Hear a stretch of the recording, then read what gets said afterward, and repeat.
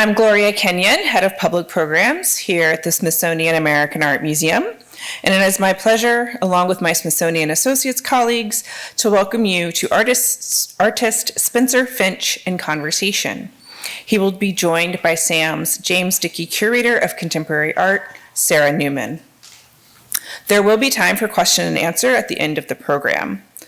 Please make your way to one of the microphones in the back to ask your question, and please make sure you to use the microphone as it ensures that everyone can hear what you are asking.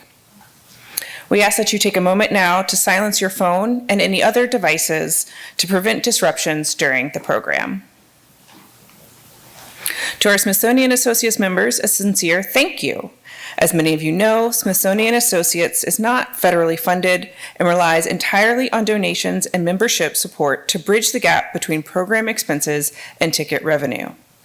To anyone who might be new to Smithsonian Associates, welcome, and an invitation to explore the wide range of programs coming up in the next few months. You can find out about those events and more at smithsonianassociates.org, as well as on social media. Before we move forward in our program, I would like to take a moment to gratefully acknowledge the diverse and vibrant Native communities who make their home here, the Native peoples on whose ancestral homelands we are gathered, and the labor of people who were enslaved in constructing this historic building.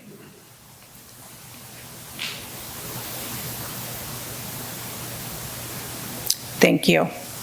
It is now my pleasure to welcome up Sarah Newman.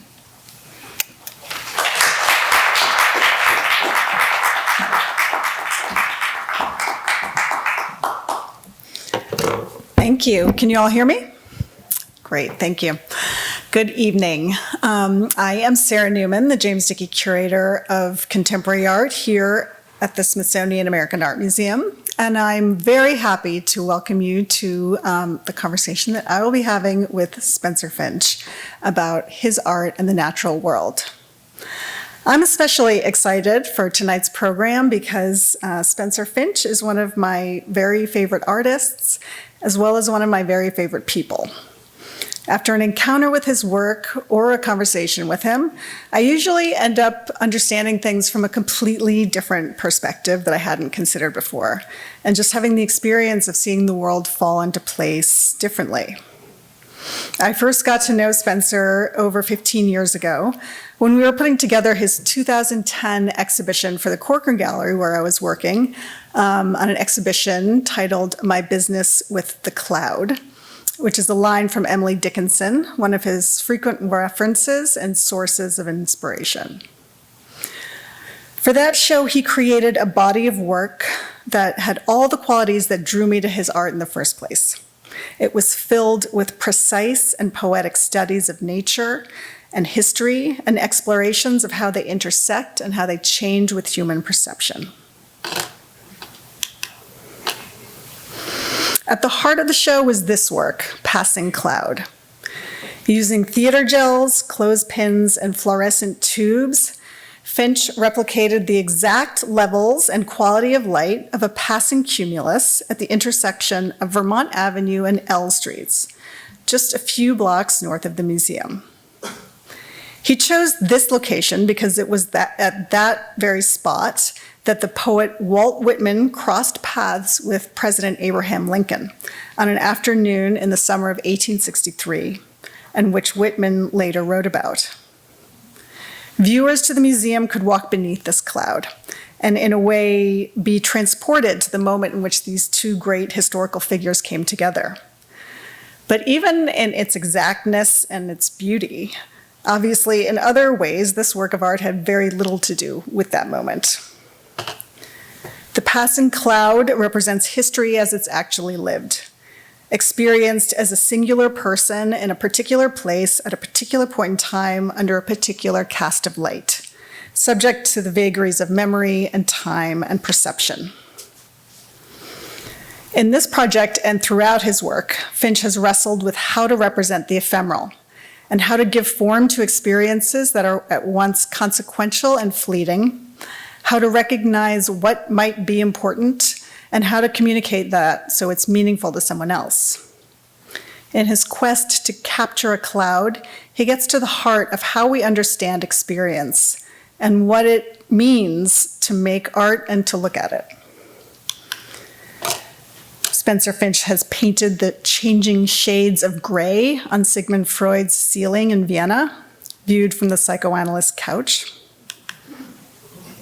In a special commission for the 9/11 Memorial in New York, titled Trying to Remember the Color of the Sky on That September Morning, he gave form to the incongruous nature of that day in 2,983 unique watercolor paintings. In The River That Flows Both Ways, on New York's High Line, he transformed an existing series of windows with 700 individual panes of glass representing the water conditions on the Hudson River over 700 minutes in a single day. Recent major exhibitions include shows at the Hill Art Foundation, the Utah Museum of Fine Art in Salt Lake City, Mass MoCA, the Seattle Museum of Art, and the Norton Museum of Art, among many others. And his work is in the collections of many, many museums, including nearby institutions, including the Hirshhorn, the National Gallery of Art, the Baltimore Museum, the Whitney, and the Guggenheim. Finch's work has so much to say about place and landscape and about how we encounter the world around us, and I just couldn't be happier to welcome him here tonight.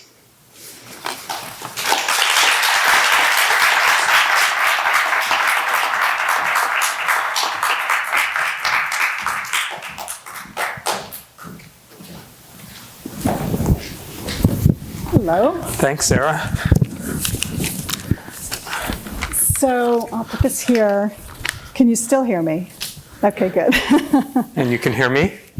Great. Wonderful. I think we're good. Obviously, as I just said, your work has so much to do with place and with landscape. And what we thought we would do tonight is just go through a number of projects that you've done and talk about them. But I'm interested to hear your take a bit on the kind of the framing of the program tonight and how you see your work in relation to the environment or to the climate or to kind of contemporary ideas and discourse about the environment. Yeah, I think I guess we can start with the first. We can start with the first slide, and I think. I mean, it's kind of a different question, but the idea of it being topically related to climate change is not so interesting to me, simply, and that has to do with ideas about what the role of the artist and art in society is, which is a sort of broader question. I'm interested in climate change as a practicing artist and as a citizen and as a human being and as a person on this planet. So it is something that enters into a lot of what I think about. But when we started talking about it, I was reminded about this piece, which I did, which is called Sky over Franz Josef Glacier. And what it is it's ice that's dyed a very specific color in an ice machine that shoots out of that ice machine into that trough and then melts into this pool. And when it's about, about 6 inches deep, it is the color of the blue sky over Franz Josef Glacier in New Zealand when I observed it when I was there almost 20 years ago. And it just keeps working in a cycle. So the ice goes down into the pool, it melts, it overflows. You can see there's a little overflow hole there. It goes back into the machine, it freezes and then comes back out again. And so it kind of follows the cycle of glaciation. And I remember at a talk I gave years ago, someone said, "So is that piece about climate change?" I was kind of taken aback. I said, "No, it's about blue," and which is kind of how I feel about it. I feel like anyone who saw this work would not be, would think about glaciation, hopefully, and think about blue, and think about how beautiful this sort of monochrome painting is, which is a picture of the sky. So it's actually an incredibly ridiculous and elaborate machine created to make a picture of the sky, and using a system that is based on natural systems. I'm trying to advance it, but there it is. Yeah, there you can see, and you can see it's sort of shooting out of the ice machine in that picture. And it's reflecting A molecule piece. a molecule yeah. piece. And so when it gets to the highest level, is that the correct shade of blue, or does it overshoot the blue? Yes, and so it's. And of course, it changes a little bit because it depends on the lighting conditions of the space in which it's shown. But what I did when I was observing it, I had a bucket in New Zealand with about 6 inches of water in it, and I put a certain amount of dye, of ink, in that water in order to match the color. So I wasn't like working with paint and then matching it with a bucket. I was actually, my plein air experience was with a bucket. And I see. And so you didn't measure the blue and then try to equal that. You were in. Yeah. So then I basically had a recipe, because I knew there's this much water in the bucket, there's this much ink going into the bucket to match the color. So it actually matches the color, and so it's plein air painting with a bucket and some jars of ink. It's like. But it matched it in New Zealand. It didn't necessarily match it here. Right. It would have to be in a very bright space to be exactly correct there. And do you think that people observing it observe it differently? Are people observing a different kind of blue? Yeah, I mean, there's always a subjective element. There's a contextual element of the lighting in the space. There's the person's eyes are sensitive. Different people's eyes are sensitive to blue at a different level, or sensitive to red, there's also some red in there, because there is violet. So, which sort of, I guess, gets to the idea of the sort of method of making the work, which for me follows the model, I guess, of the scientific method, and basically where you observe and do experiments and then find some sort of result or law that comes from the data from those experiments. I mean, I just don't have to have any results. I just do the experiment, and so I have it much easier than scientists. And I don't need to, prove anything to get funding. So it's like all the fun of science without any of the pain. Well, there is usually a dichotomy kind of set up between artistic enterprise or perception and science, what you see and what you feel and what you know. And in this case, they are the same. Yeah, hopefully, yeah. Yes. Yeah. I'm sort of interested in I'm just thinking about the blue and gold dress. Yeah. If somebody is seeing this as a which is fascinating. It is, yeah. And the difference in color that this must be in this image versus. Well, yeah, and there's very subtle differences. I mean, women have better vision of long wavelength light, and so they see red better than men do. And I was working. It's actually not in this presentation because it never really worked. But I did a project about B vision, about the color BC, which is a combination between ultraviolet and yellow. And it's called B purple. And I worked with a scientist in Berlin to try to recreate that experience for humans, so humans would see what bees see. And I still haven't gotten it right. It's something I pick up now and then. But he told me about this difference between male and female vision. I said, well, how about, can men see more into ultraviolet or something? Mm-hmm. He said, nope, they just don't have. There's no compensation. They just have worse vision, color vision. So. Thinking also about, you mentioned today, just thinking about the color blue and memory and perception, you mentioned today you were going to see the Hope Diamond, which you hadn't seen since you were 10. Yeah. And so what was the perception of that versus?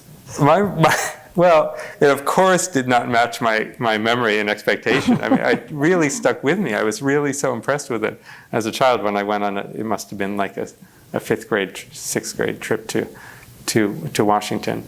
I mean, I really was so into it for a long time. And I think, I mean, it looked kind of fake to me. I mean, it looked like it needed polishing. It looked like it was a little smudgy. And so it wasn't, I mean, of course it's big and it's bluish. And also I've been looking at a lot of photographs of it. And I don't know if they're better, there's better lighting, but I was like, I was a little bit I mean, it sparkles. It does sparkle. It is sparkle. so it's got that going for it. So, yeah. Should we move to the next glacier ones? These are drawings that I did also based on glaciers. So it's related to the earlier work. And the process I used was sort of similar. I wanted to use the sort of process of glaciation to create drawings, watercolors based on photographs of glaciers when I was in New Zealand. So I actually again used melted ice, but I had a huge freezer full of about 30 different colors of ink and ice. And then if we go to the next one, and then there's the freezer.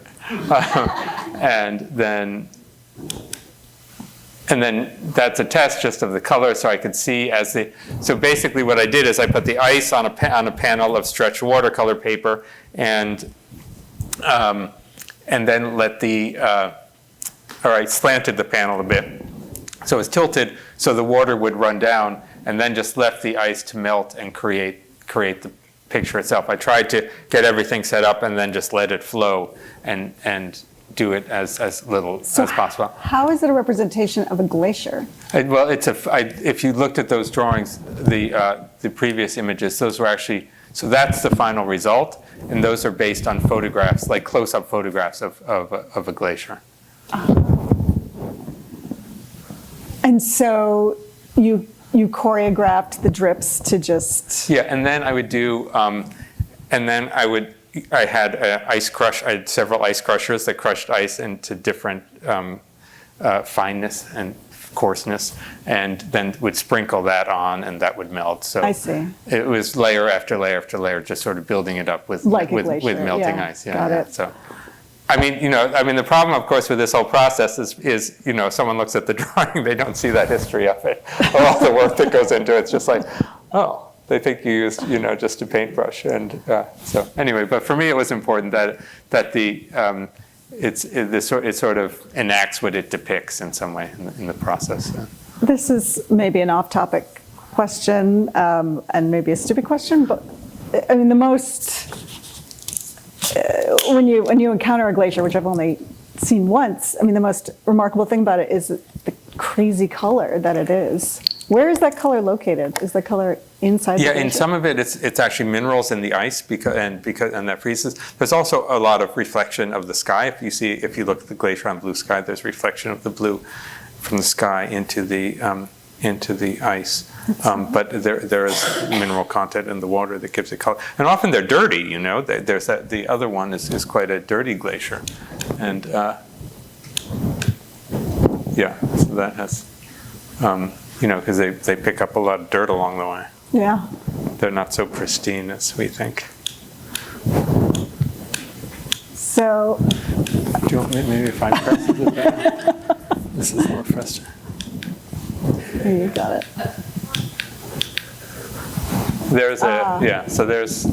That's after I did a little ice crushing and spreading on there, so that's a process of that. So.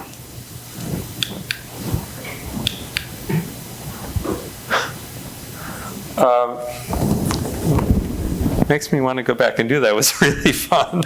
I sold the ice. I sold the freezer, though I didn't have room for it.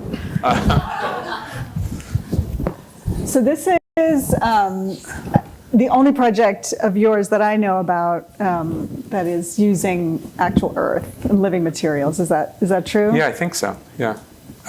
Yeah. I mean, I've done. Actually, no. I did one installation with flowers based on Wittgenstein's remarks on color. So I did all these different plants. Each plant was a sort of referenced or remarked on color. So one was for like blue-orange colorblind people, like they wouldn't be able to see this plant, or they wouldn't be able to see the color of the plant, for example. But I think that might be the only other one. And this is called Lost Man Creek? Yeah, so this is based on a segment of a old-growth redwood forest in California, and it's reduced to 1/100th of the scale. And so the trees are 1/100th the size, the topography is 1/100th, and so it was a sort of segment taken out of it. And I used dawn redwood trees, which are a relative of the sequoia tree. And this is in New York? Yeah, this was in downtown Brooklyn at Metrotech. And so it's right in the middle of the city. And we had to sort of trim the trees to keep them to be 1/100th of their final size. So I think the biggest tree was 400 feet, so it was a 4-foot tree that we planted. Oh, really many. And it was the whole forest had been graphed by NASA, and they had the data of the height of all the trees, which is kind of top secret because they don't want people to know where the tallest trees are because they'll go and climb them. And so we had to promise to not, I think maybe we had to send the data back, or I don't know, burn it or something, I don't know. But anyway, so we, it was quite a process. And there was a little campground we put in there for scale, so you can understand, really how big how the trees are in real life. And why did you choose these particular trees? Well, they're a relative of they look very similar to a sequoia, but they're available now they're used in landscaping. It's called a metasequoia, also called a dawn redwood, and they're deciduous conifer, so they lose their needles, and so these lost their needles. This went up in the fall, and then they came back, and then lasted through the winter, and then it bloomed out again in the spring. So it was up for more than 6 months, and they thought that the tree, it's a very old tree, it was around when the dinosaurs were around, and was only known from fossils. And then during World War II, there was a Japanese botanist who was in the invading army in China and found an example of a dawn redwood up on a mountain somewhere in Manchuria. And then the tree was disseminated around the world. So now you see it all over. But so the oldest dawn redwood trees in this country are 70 years old at this point. There's none that are. And these trees grow well in New York? Yeah. They're actually used on the streets in New York now. Oh. So they can sort of last. And then I also want a tree that then could be sent out into the world afterwards. So that's actually Lost Man Creek. That's what it looks like. And so what happened to the And trees? you can see, so that's some of the data, some of the rougher data showing the height of the different trees. And that's us building up the topography. So we built it up with big blocks of foam and then put soil on top of it. It was really an intense and crazy project. Did you experiment with different trees, or was it? No, I mean, I worked with a landscape person, not really botanist, a landscape person about a landscape designer about what kind of tree might be best, and this really seemed like the obvious choice. And if they feel like, I mean, they're a little bonsai-like. I mean, they feel like miniature pine trees, so they have a really nice feeling. And there's one that was from last summer. Someone sent me a picture. After the project ended, all the trees were sent out. I mean, some went to parks in New York, some went to friends, some went. They're actually all over the country. So people could come and pick them up. So there was an announcement that went out. The piece is being taken down, and you can come get some trees if you like. And then some people, took a whole bunch and took them to parks in different places. So it's sort of nice that they're back out in the world somewhere. And are they close to New York? I'm sort of. Yeah, there's a whole bunch on Governor's Island, for example. There are a bunch out there. There are a bunch on Staten Island. There's some in a park out in Brooklyn, and some friends of mine have some. So and it's fun because people do send pictures to me of how well they're doing. These little babies.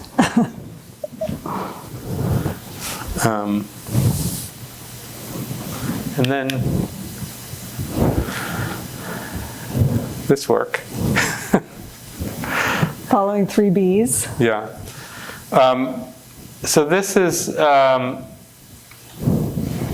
this is also, I became interested in bees, I guess, when I was doing that work about bee vision that never went anywhere. So I decided to use my own vision to make some work.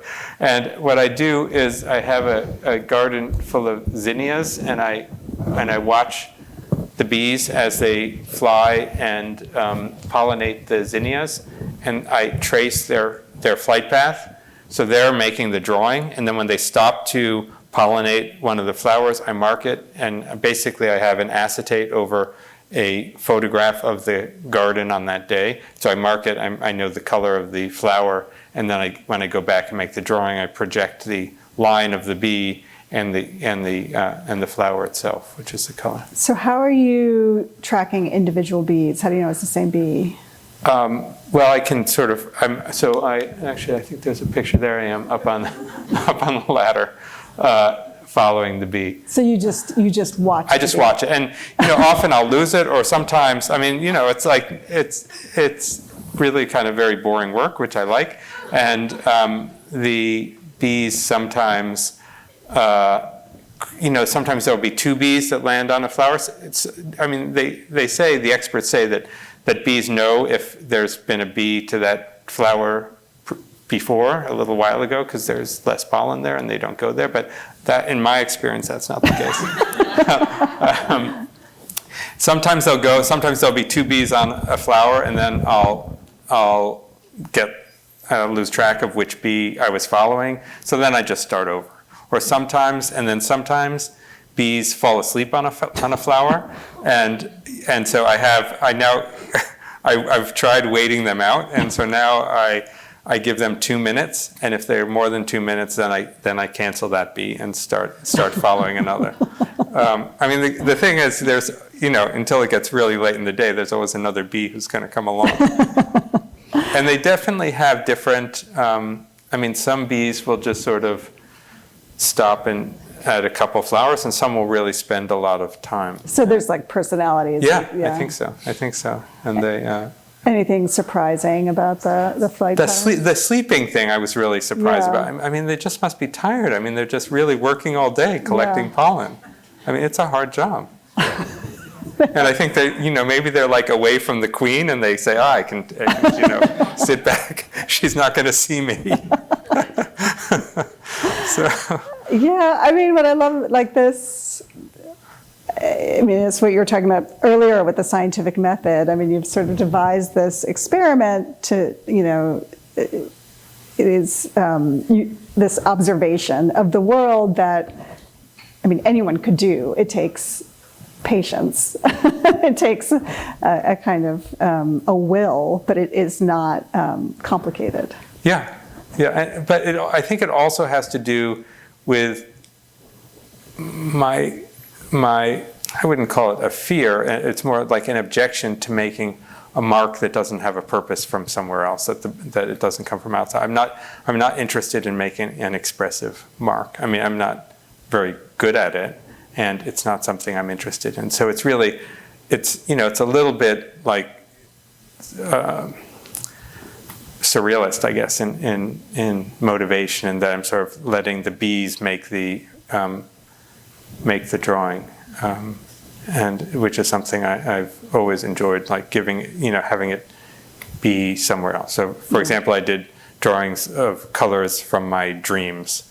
So they weren't colors I came up with myself. I guess I did, but not my conscious self. And so it's a way of making the work without having to make arbitrary aesthetic decisions. You and the bee are collaborators. Yeah. They get 50%. It's quite a beautiful hive they have. So that's looking at at the zinnias. Oh, and here's a,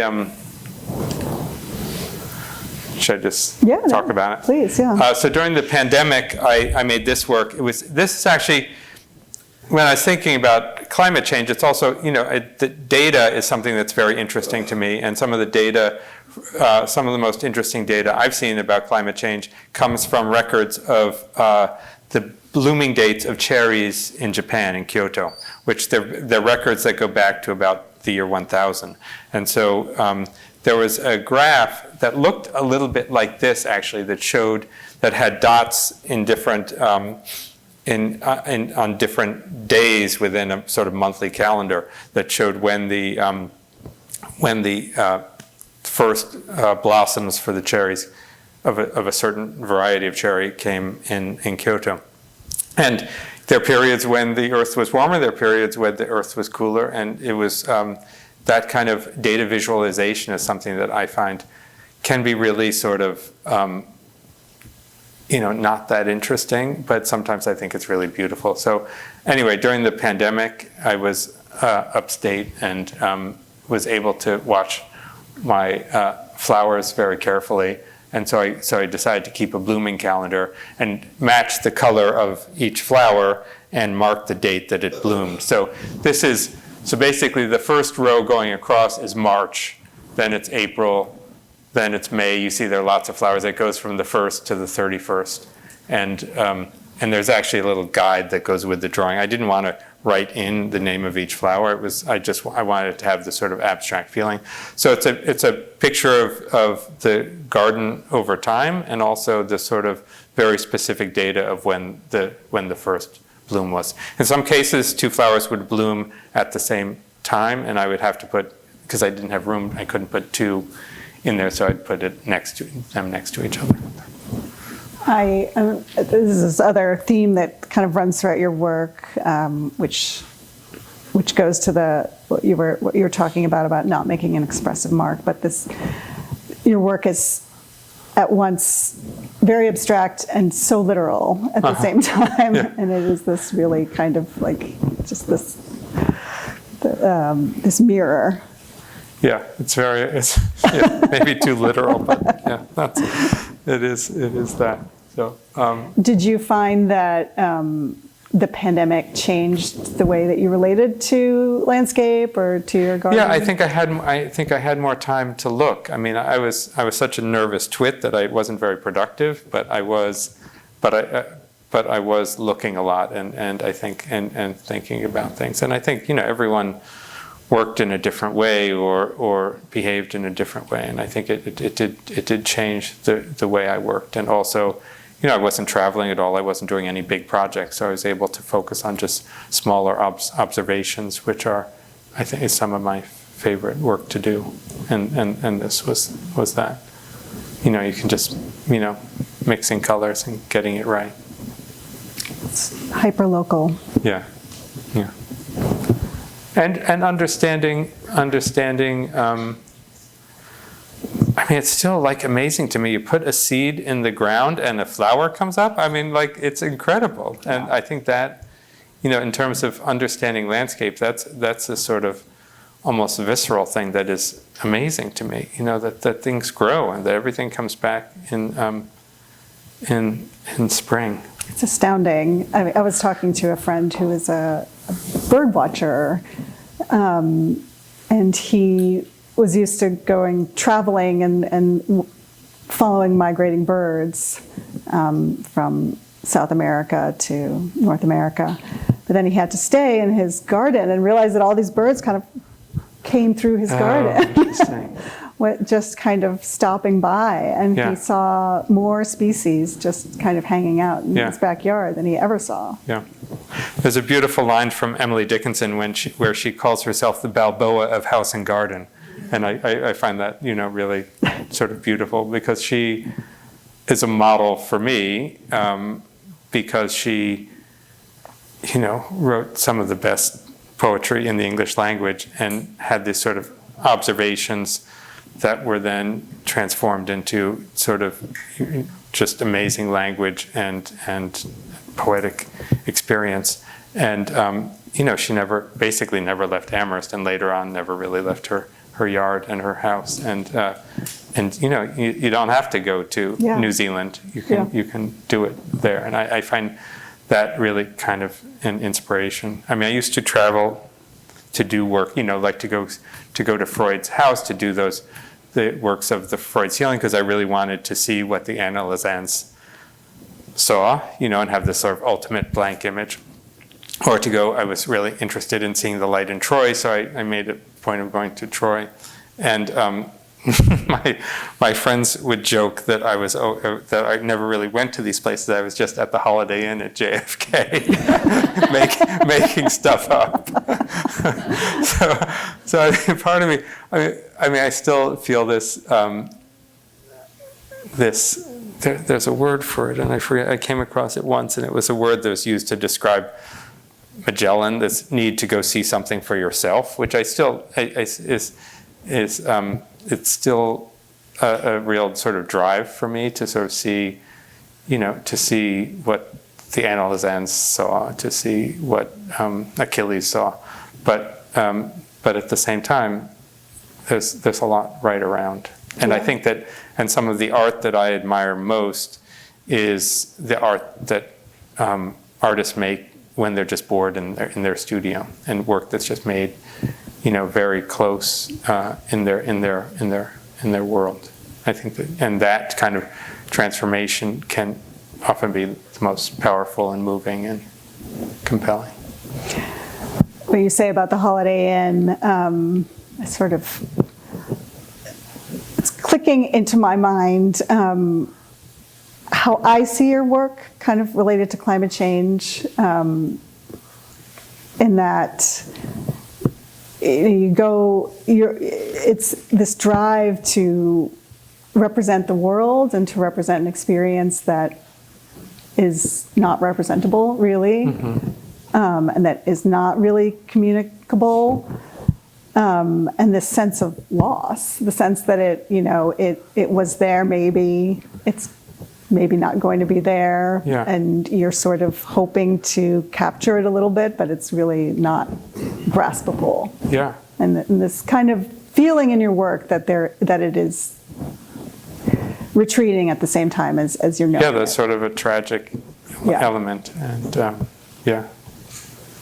and I think that maybe that sentiment does come through.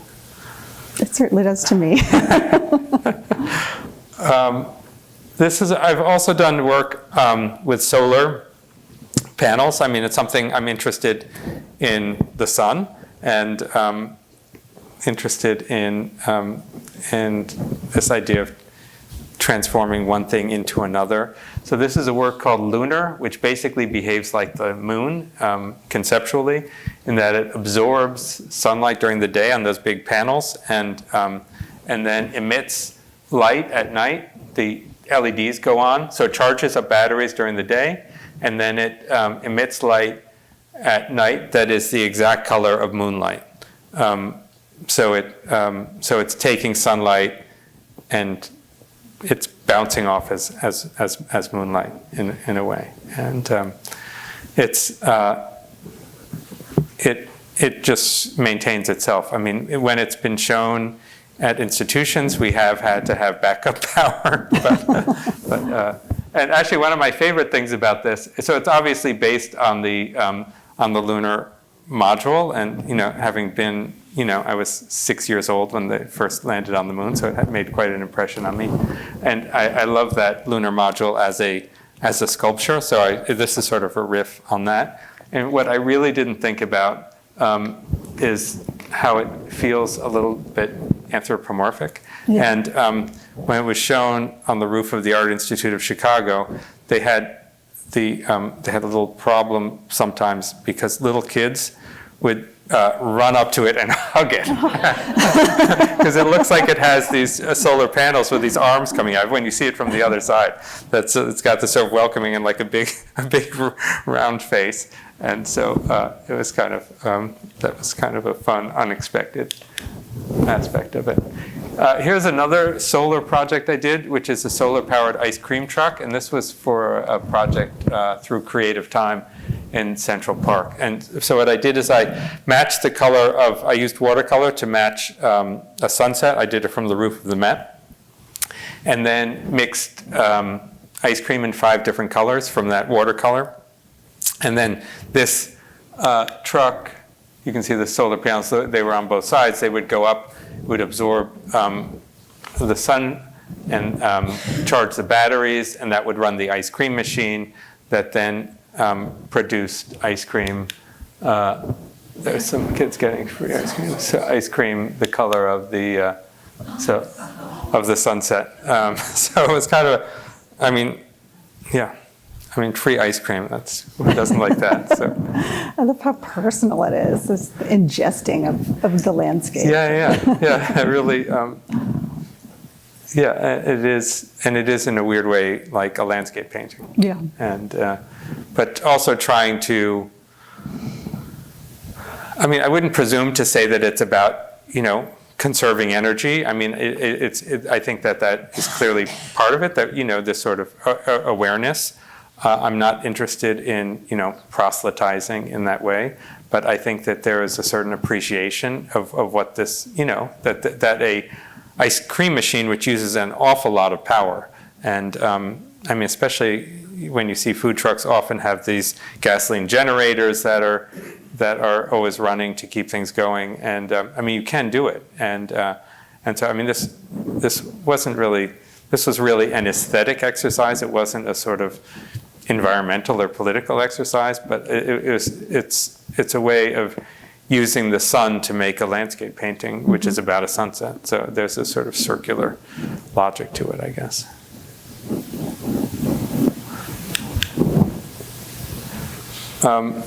Here's a work that I did that's at the Corning Museum of Glass, which is called The Secret Life of Glass. And this is actually related to some works that I showed with Sarah many years ago that are false color images of the temperature of a window. So what I would do is I put thermometers on the window and measure the glass at different times of day. And so so if you imagine, you see those different colors, those are all a different color range. So it's I think it's about a 12-degree range of color. So I think the sun was coming from the left, and because this was facing south and it was morning. So the hottest parts are the purple and the orange, and then the coolest parts are the pink and the blue. And so it's basically showing something that's happening in the glass, which is all this like crazy thermal activity that's normally invisible to us, but then to make that visible. And in this case, it was done in the exact window in which I did the measurements. Mm-hmm. So I've done it before as pastel drawings with false color that stand for different temperatures. But this was actually made with fused glass in a really kind of complicated method. And then it creates this incredibly kind of powerful, colorful experience, which is really about the expression of something that's invisible. Yeah.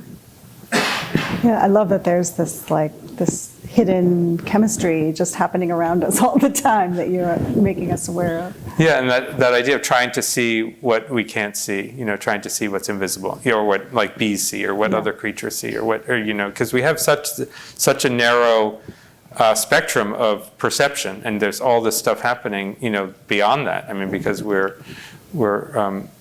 we've become adapted to just do what we need to perceive, and so it is a sort of limited range. And I'm interested in all these things we can't see. And again, it's not complicated to find it out. I guess. Maybe it was more complicated, but just to measure the glass, measure the heat. Yeah. No, I think people can get it. Yes. My wish is that people would that somehow they could look at it, they'd see it as abstract, and then somehow it would be like beamed into their brains that, oh, this actually isn't abstract. It's about this, and that there would be this sort of way of it being, because I want it to be just sort of beautiful and abstract.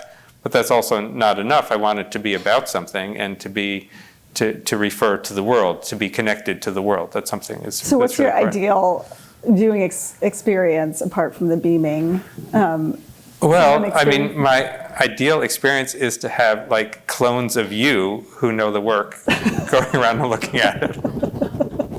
So you have to have read every catalog. No, I mean, my experience is that, it's not, I don't want it to be insider. I don't want it to be for like art world insiders. That's not my goal. I want to be with people who share the spirit in which it's made, and there are, the people totally outside who have a connection to my work, and that's kind of my favorite kind of viewer. There was this guy, years ago I did this project where I sent my brainwave to outer space, and it was blue. It was myself. I recorded my brain looking at the blue wave from Hawaii 5-0, and then that blue wave was sent to the bluest star in the night sky, which was the foot of Orion, the star Regal. And the guy who helped me design this antenna was a guy named Bill Olson, who lived in Maine, who did like weird antenna stuff. And he his job, he had two jobs. He was an antenna maker and a square dance caller. So not exactly the sort of person that I would, meet all the time. But he would come because he did the square dance stuff, and I think still does it, would travel around. And when he was in New York, he would come by and see me, or if I had a show up, he would come to see it. And I just loved walking through the shows with him because he wasn't so interested in art regularly, but he would love it, and he would get it, and he'd say like, what's this about? And then I'd sort of talk to him a little bit about it, and then he'd like start tapping his foot like a square dance caller, and I'd start doing this when he liked it. It was just, he was such, and so that's actually an ideal view. Yeah, so just like, there's another picture of that. I'm just, I keep replaying in my mind, I'm sorry, I'm going back to something you said before about your work being surreal. And it's such an interesting notion, because I think of surrealism as so kind of emotionally charged.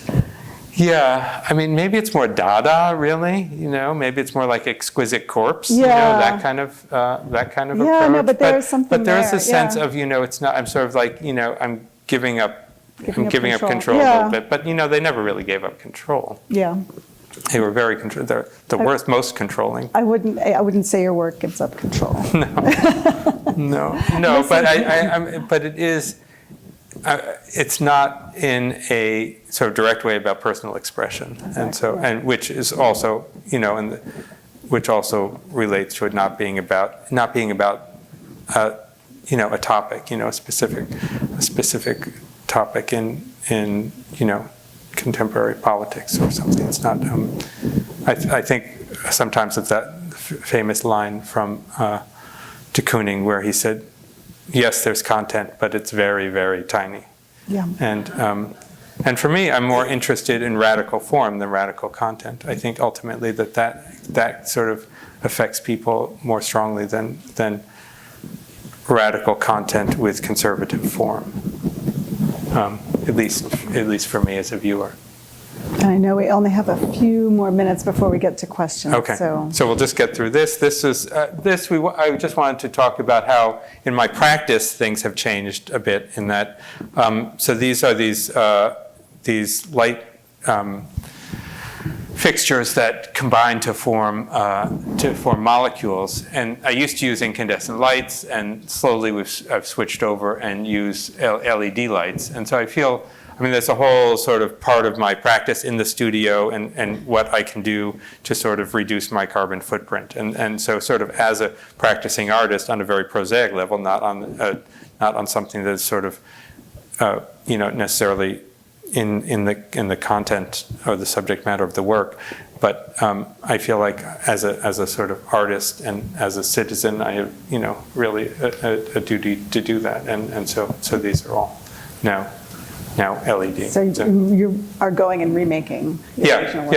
Yeah. It uses like 1/10 the power of the incandescents, and so it just makes sense. And this is the water molecule. Yeah, that's H2O. Yeah. Hydrogen and oxygen, and it is something that is incredibly literal and abstract and symbolic at the same time. Yeah, so it is a cloud.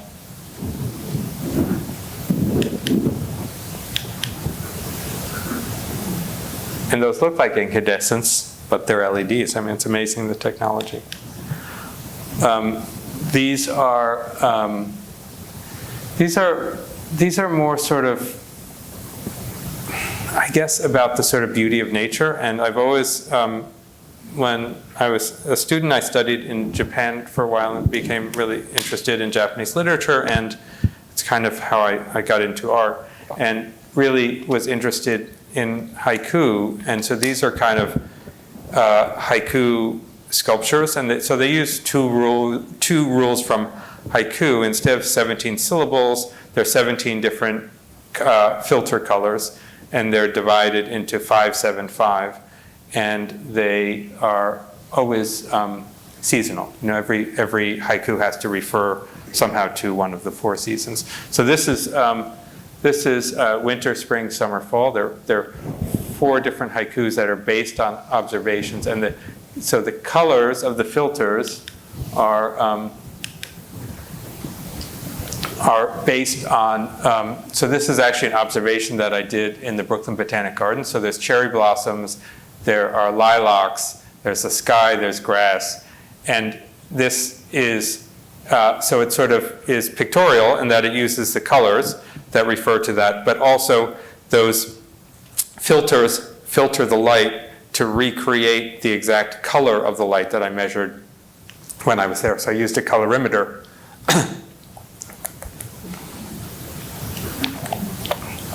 to measure the sort of spectral quality of the light. So the winter light is, of course, much bluer, and that's a snow shadow of a stone wall. And this is spring, which has actually much more green and red in it. So you have the experience of like looking at this, which is a sort of abstraction of that landscape, but also you're in the exact light conditions. When you're standing in front of it, you're in the exact light conditions that that I was when I did the observations. This also has that kind of oscillating sense of, well, that poignancy of beauty and loss that haiku evokes so strongly. Yeah, and it also is sort of minor in a way, which is something I really like. It is, you know, it's like it is this sort of fleeting moment. Yeah. And which is sad. It's sad. Yeah. Flowers are sad. Yeah, melting snow is sad. Yeah. Yeah. And there's the 4 of them. And these are sort of similar works in that they're based on, they're called color notes, and they're based on observations of 3 colors that I see that kind of go together somehow. And so it's a little haiku-ish. They're all seasonal, so that's 4 seasons of the haikus, of the color notes. So like that bottom center one is 2 oranges and a lemon, I think. And they have a sort of, I mean, this is like, I mean, I just got through saying that I don't control the marks and that I'm not interested in expression.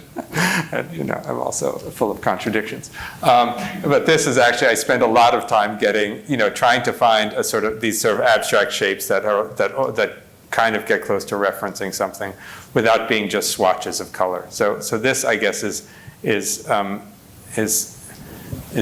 me as a sort of apostate of what. They're expressive. Yeah. Yeah, and there's, I mean, there are a lot of good artists that I have stolen from for these works. Yeah, so you can see it's leaf, brick, berry, autumn. Dahlia, dahlia, dahlia, autumn. So. Oh, and this is the last one I want to end on, which was about a rainbow, which was an experience I had over 20 years ago. I was on the F train coming out of the tunnel in Brooklyn, coming up over the city at Smith and 9th Street, and where the subway goes over a bridge before going back into a tunnel again. And it had been raining, and we looked out to the north, and there was a rainbow. And I'd never seen a rainbow in New York. I've been there for over 30 years. And it was this incredible, magical moment where everyone on the train looked up and went to that side of the car. The whole train car, everyone was worried that the car was going to tip over, and just like looked at it. And it was this incredible sense of, all these all kinds of different urban dwellers looking at this rainbow and just being, mesmerized in this sort of state of wonder. And then, then it was, and also this incredible sense of community. I mean, we're all just looking at this together, and it was a magical, magical moment. And then, of course, the train goes back into the tunnel, and that's it. And but I remembered it, and I wrote it down in my sketchbook. And a couple years later, I took a map of Brooklyn. I went back to the spot I rode on the train, and tried to kind of figured out where on the map. With the map, I was on the train, and marked the 2 points where I thought the 2 legs of the rainbow went, and then went to those places, and then just took these photographs. So it just is the location of the left leg and the location of the right leg. And a friend of mine later noticed that in both of the photographs there's a dumpster, and he said, "You should have looked in there. It was probably had a pot of gold." So it's too late. So that's it. Thank That's the you. last one. Thank you very much.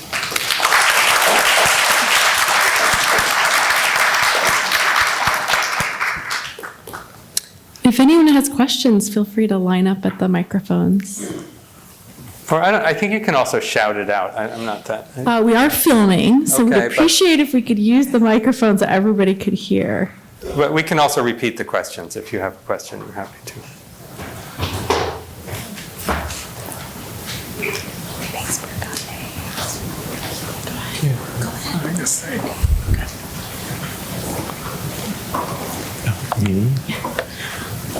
Hi. I am interested in your garden and how it relates to your practice. I mean, clearly you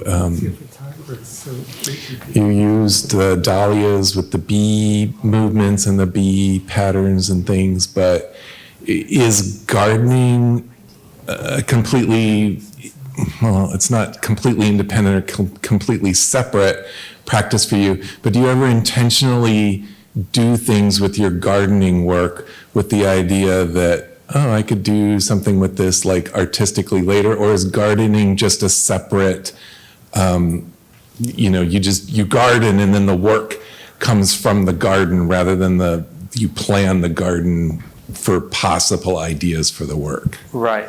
Yeah. Does that make sense? Interesting. Yeah, totally. Okay. As my accountant Shelley says, those zinnia seeds are tax deductible.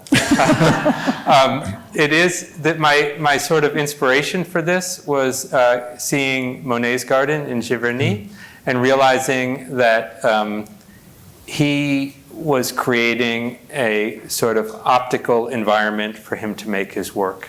I mean, of course he was interested in gardening, but his primary interest was in creating an environment that had this sort of complex optics of reflection and refraction and color, and had this real sort of confusion of surface and depth that is so beautiful. And so I do that. I mean, some things are successful, like the zinnia thing is successful.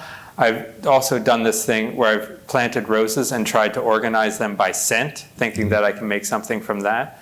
And I think it's not very successful. And then I do other things with trees, and so some things are done specifically for sort of artistic purpose. And some of it's just for, some of it's a potential artwork, and some of it's just a flower. Okay. Okay. Thank you. No, thanks for that question, though. But yeah, sure. it also is something that I really enjoy, and I think it also I think gardeners are real observers, and as I've become more of a gardener, I feel like I've become a better observer of nature. Thank you. With your interest in solar energy and other phenomenon, did you make any attempt to see the total solar eclipse? And have you, in the past, or interest in any astronomical I phenomena? haven't seen I've never seen it in totality, and I'm kicking myself because my brother saw it up in northern New Hampshire, and a friend of mine was visiting that weekend who I hadn't seen since before the pandemic, and I really wanted to see him, and so that sort of took precedence, and I should have just told him to fend for himself and gone up to see it, because everyone I know who's seen it, they just can't stop talking about how incredible it is and how powerful it is. So I made a little projector in the studio and had glasses, and so I saw it like 91%, but it's not, but I think, I mean, for those of you here who, if any of you did see it in totality, I don't want to hear about it. No, I mean, it sounds really so incredible. Yeah, 91% is nothing. I know. I mean, are you interested in other astronomical related things? Yeah. Yes. I mean, I'm interested. I'm interested in like scale, for example. I mean, not so. For example, I'm working now on. I've taken photographs of snow, and the sparkles in snow. It was the sun reflecting in the snow. Then I'm altering those slightly to make them representations of different constellations. Mm-hmm. So you look and you just see these sort of very kind of minimal, beautiful images of snow, and then but then if you look carefully, you see these constellations coming out of it. I still haven't gotten the balance right, but that relationship between something that's so tiny and something that's so immense is really interesting to me, and the relationship between space and time is interesting, and also how false colors are used to represent galactic phenomena. Great, thanks. Thank you. Hi, thank you for being here this evening. Your talk has been super interesting. Oh, thanks. One of the things that stood out to me is how varied you are in terms of the materials that you use for your work. Can you talk a little bit about maybe a material that you haven't worked with yet that you're excited to, and one that you worked with that you would never use again because it was just such a pain? Oh, good question. One that I haven't worked, well, I mean, I've used, I think one that I wouldn't work with again is fresco, which is, I did, like those Freud paintings were done with fresco, and it's very hard to get the different layers to stick, so many times it would slide off. And, I learned, to use this material and then do one project, and sometimes that is frustrating, but it's also really, obviously I really enjoy different materials. And one material that I've used recently is, I've made these sculptures of icebergs based on the iceberg that hit the Titanic. It's a long story, but I used basically wedding dress fabric, so tulle and chiffon, chiffon and organza, and that was really fun material to work with. And I'm a little interested in doing some work with glass, and I've tried to do some work with glass, but that's also something that is so, it uses so much energy that it's something I'm kind of hesitant to do. So in terms of a material that I haven't used yet, I'm trying to think of, sometimes it's using material in an unconventional way. So I'm doing these works now. There's an Emily Dickinson line where she talks of bring me a sunset in a cup. And so I'm doing these, I researched her collection of teacups and got all these teacups on eBay from that time. And I'm doing paintings with liquid paint in teacups. So it's like, it's painted, and I'm using it in a way that you can't do it with a brush. And so I guess it's not a new material, but it's a whole different way of using material and trying to make a picture using paint in a cup. Yeah, thank you. But I'm open to suggestions if you have any ideas about new material, because it's always fun.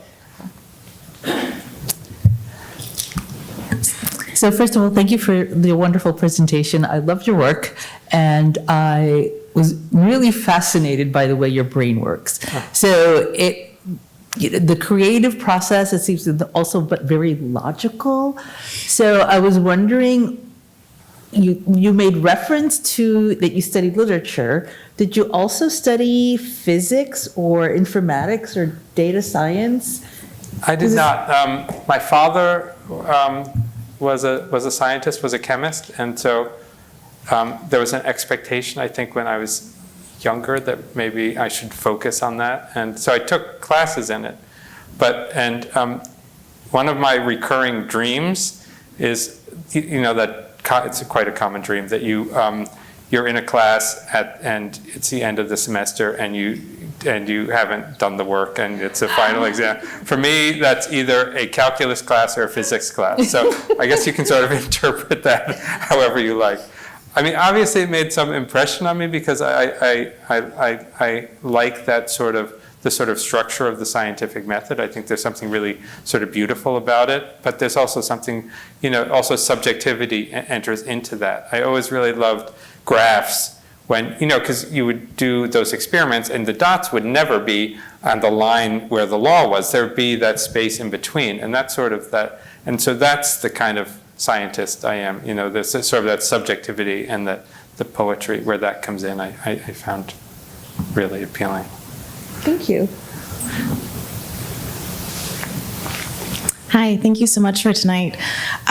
In the lens of some specific moments you were describing and specific colors from specific spaces that you've been to, I was wondering if you have like a travel bucket list, if there's certain like places of nature or countries or red sand beaches that you're still, hoping to seek out. Oh,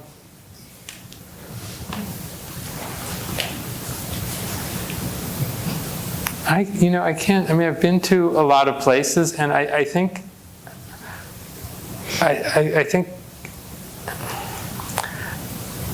Emily Dickinson has had such a powerful influence on me that I just want to stay home. I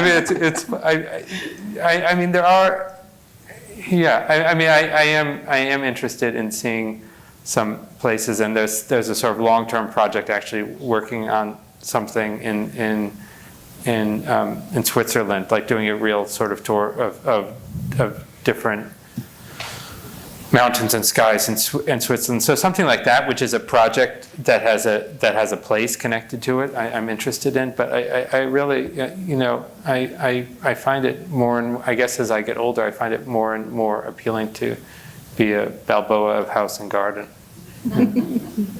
Thank you. Thank you. I think we have time for one more question. Okay, I guess that's me. So you mentioned earlier about the bee vision, and then you talked about the fact that men see colors differently than women. And I'm wondering if I interpret... women see color better than men. Well, that's okay, really, women see color. It's so nice to know that we continue to do many things that are better. Yeah. But my question is, since men can only see what men can see and women can see what they can see, do you know how the scientist came up with the assessment that that's the case? There's a biological difference in the optic nerve or the retina that has to do with this sensitivity to long wavelength color. So it is, so especially in lower light conditions,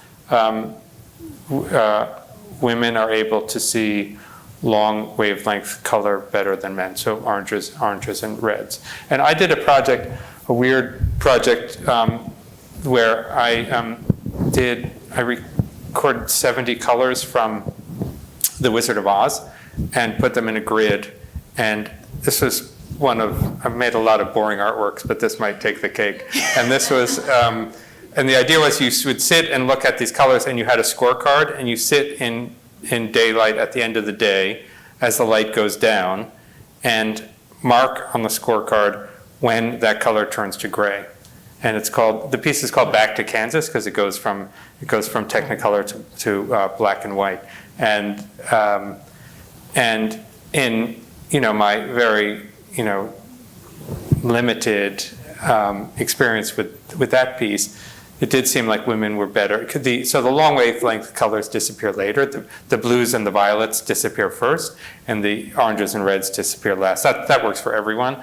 But women were often able, it seemed, to that they would be able to see a little bit of orange or red before it became totally gray, more than men did. I don't know if that correlates with what that difference is that the bee vision scientist was talking about, but it may.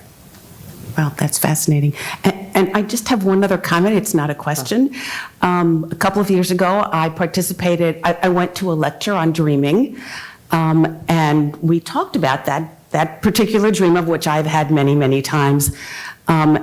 And somebody got up and talked about a dream like that, and I said, well, I've had that dream many, many times. And a couple of years ago, maybe 2 years ago, I said, you're 70 years old, you're not in college anymore, wake up. And I just thought I'd pass that on, because the person who was doing the presentation said, you can interrupt your dream and bring it back, and if you're unhappy with it. I have not had that dream yet. Have you not had that dream since? I have not had that dream since, and if I do, I think I'll just remind myself that I'm not in college anymore. I just thought I'd pass that on. Yeah, thank you. Thank you so much. What a great talk. All right. Thanks everybody for coming. Thank you.